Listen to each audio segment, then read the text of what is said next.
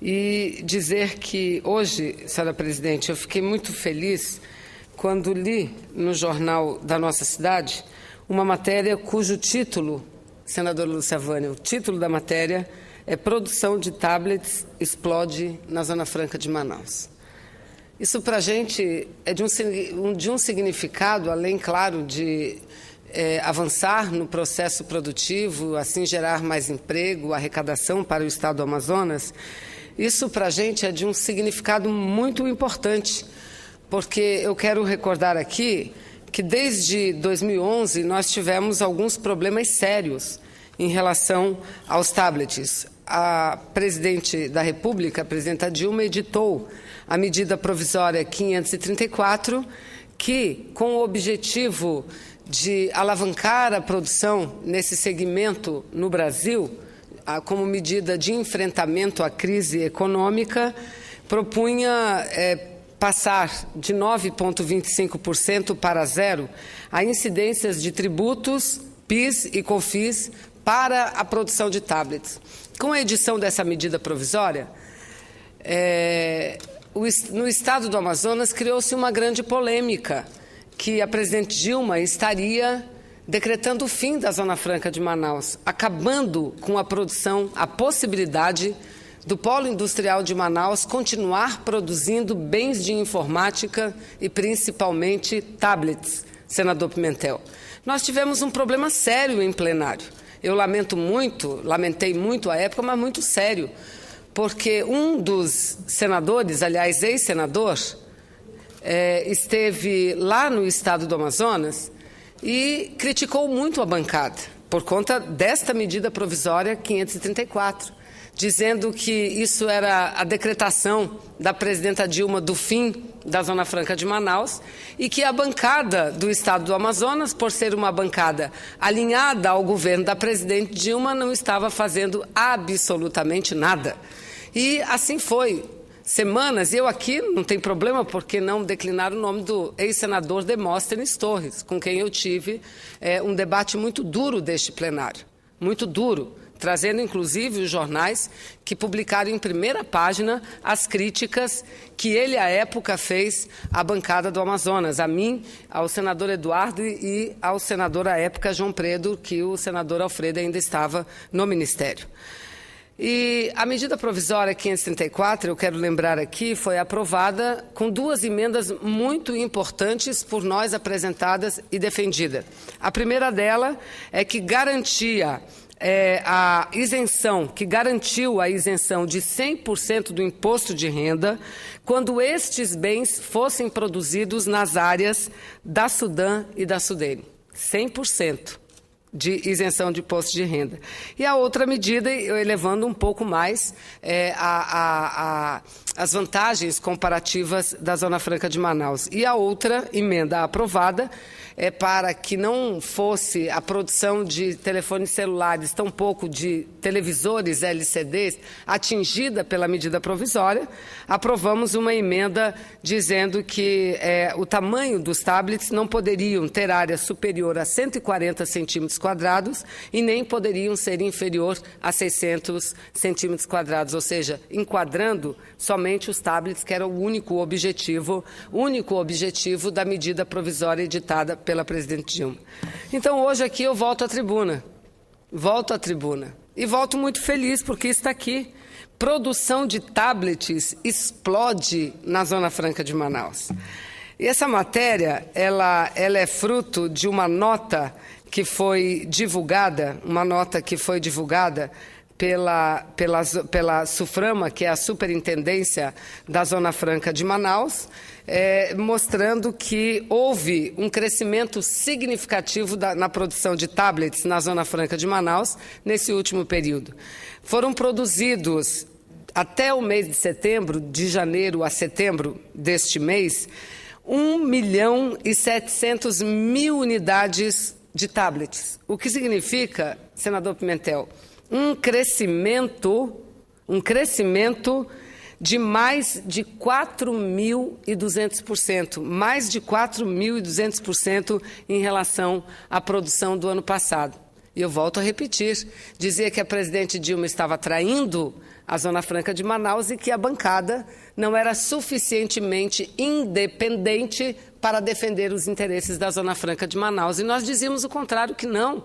As vantagens comparativas estavam sendo mantidas, porque jamais o governo da presidente Dilma, assim como o governo do presidente Lula jamais atacaria os interesses da Zona Franca de Manaus, porque eles sabem da importância desse modelo de desenvolvimento, não só para a região, mas para o Brasil inteiro.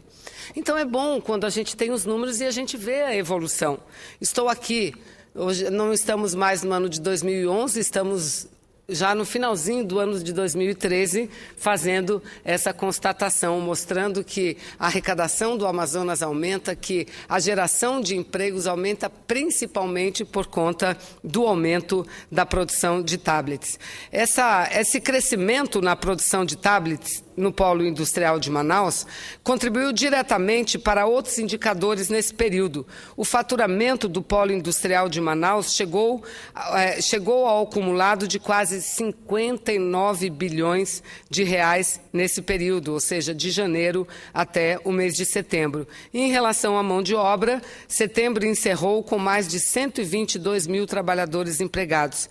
E ainda, segundo a Superintendência da Zona Franca de Manaus, o número é o melhor desempenho alcançado no ano e ajudou a atingir uma média superior a 118 mil empregos gerados nesse ano. Ou seja, tudo aquilo que eu falei, com o crescimento dos tablets e o aumento da arrecadação e o aumento na geração de emprego é efetivamente comprovado pelos números. Portanto, a produção de tablets, diferente do que falaram, e quem falou à época, a oposição, que batia muito, não só no governo da presidente, mas na bancada, que lhe dá apoio, e lhe dá apoio porque reconhece como o governo federal tem sido importante para o desenvolvimento da Amazônia e, sobretudo, do estado do Amazonas, porque, eu repito, a Zona Franca de Manaus não é um projeto estadual, é um projeto do governo federal instalado lá no estado do Amazonas e que beneficia toda uma região. Então, eu fico muito feliz, senadora Lúcia Vânia, de poder vir à tribuna hoje, no dia 7 de novembro de 2013, 2 anos depois das duras críticas que a bancada sofreu, duríssimas críticas e críticas que ocuparam páginas e páginas dos jornais da cidade, faziam com que parlamentares de oposição subissem à tribuna, fossem à tribuna da Assembleia Legislativa, à tribuna da Câmara de Vereadores, para criticar o governo federal, para criticar a bancada pela inoperância, segundo eles, porque aquela medida que ficou até famosa. Se fizessem uma pesquisa à época, toda a população de Manaus e do estado do Amazonas sabia o que era a medida provisória 534.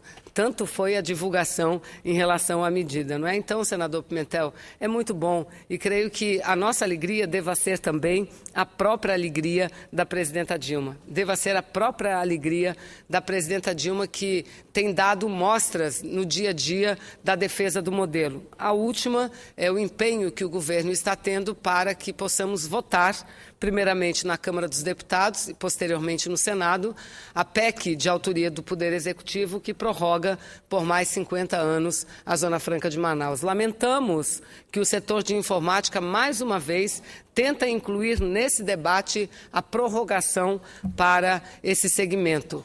Nós temos o entendimento que precisamos debater, sim, o setor de informática, mas não dá para atrelar a discussão. Zona Franca de Manaus é um modelo de desenvolvimento que está vinculado a uma região do país que é previsto na Constituição e vinculado ao desenvolvimento de uma região, diferente de um segmento como o segmento de informática, que está espalhado pelo Brasil e trata-se do desenvolvimento de um segmento importante, sem dúvida nenhuma. Entretanto, não há necessariamente a obrigatoriedade de debater esses dois assuntos de forma atrelada. Quero dizer que nós do Amazonas. Somos defensores da lei de informática, porque a lei de informática estabelece uma zona franca para o Brasil inteiro em relação à produção de bens de informática e nós, no Estado, somos apenas mais um produtor. Apenas mais um produtor. São Paulo produz, Rio de Janeiro produz, Pernambuco produz, Bahia produz, vários estados brasileiros produzem, todos eles com incentivos fiscais. E a zona franca, nesse aspecto, na produção de bens de informática, é apenas mais um produtor. Mas, senhora presidenta, eu quero aproveitar a minha vinda à tribuna também nesse dia e já encerrando, fazer aqui um brevíssimo pronunciamento apenas para parabenizar todos os radialistas e as radialistas desse país. Porque hoje, 7 de novembro, desde 2006, quando o presidente Lula sancionou a lei que estabeleceu hoje como Dia Nacional dos Profissionais da Rádio, ou seja, dos radialistas, essa data, todos esses profissionais, essas profissionais importantes no setor das comunicações são lembrados e a eles prestaram homenagens. Então eu quero dizer que para mim é uma alegria muito grande de poder estar aqui na tribuna no dia de hoje, homenageando as radialistas e os radialistas, e de uma forma muito especial, porque a região que eu represento aqui nessa casa, a região amazônica, talvez seja uma das regiões do país onde mais se ouve rádio, a toda hora, a todo momento, a toda hora e a todo momento, devido às nossas peculiaridades geográficas. O caboclo do Amazonas, o ribeirinho, aquele que vive lá na comunidade indígena, que mora nas regiões mais remotas, todas elas envolvidas por florestas, esses dificilmente têm acesso à internet, aos canais de TV a cabo, e até mesmo com muita dificuldade a TV aberta, quando pegam através das antenas parabólicas. Portanto, não tem serviço de smartphones, portanto, a forma como eles se atualizam em relação às informações é exatamente através das transmissões e das ondas radiofônicas. E, para isso, basta que tenham eles, que muitos nem energia têm, quer dizer, poucos, a maioria até energia tem por conta do Luz para Todos, mas bastam que tenham um pequeno aparelho, um pequeno rádio, algumas pilhas para poder se conectar com o resto do Brasil e aí poder receber as notícias de tudo aquilo de importante que acontece na nossa sociedade. E mais, a Voz do Brasil é um momento, sempre, todos os dias, no final da tarde, um momento em que a população brasileira toma conhecimento do que faz os governos, o governo federal, o Poder Judiciário, o Congresso Nacional. Existem vários projetos, inclusive rádios, fazendo campanhas diárias a favor da flexibilização da hora do Brasil, não é? Da hora do Brasil, e dizer o seguinte, que na minha região, na região amazônica, tudo o que é transmitido pela hora do Brasil, no final da tarde, é ouvido. Então, se tem um programa que a população escuta, é este programa, sabe diretamente o que a parlamentar está fazendo, assim como o governo federal. Então, esses são exemplos, senhora presidente, singelos do tamanho da importância que esses profissionais têm para toda a nossa sociedade. Essa profissão ela já foi glamurosa e muito no Brasil nos anos 40 e 50, período em que ficou conhecido como a era do rádio.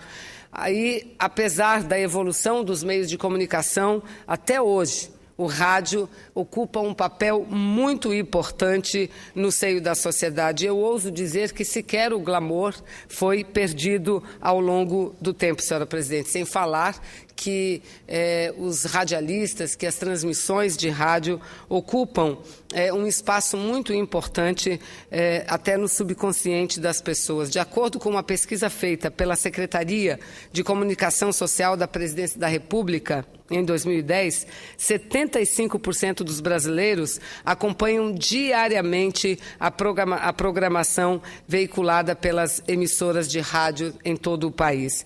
E eu faço questão de usar esse espaço da tribuna do Senado Federal para dizer isso, que apesar de toda a evolução da internet e dos telefones, que são verdadeiros computadores a bordo, apesar disso tudo, 75% das brasileiras e dos brasileiros se comunicam e ouvem e são informados através do rádio. Então, com essas poucas palavras, fica aqui minhas homenagens a quem faz a Rádio Brasileira um instrumento tão importante nas comunicações. Parabéns aos radialistas todos pelo transcurso de sua data. Muito obrigada.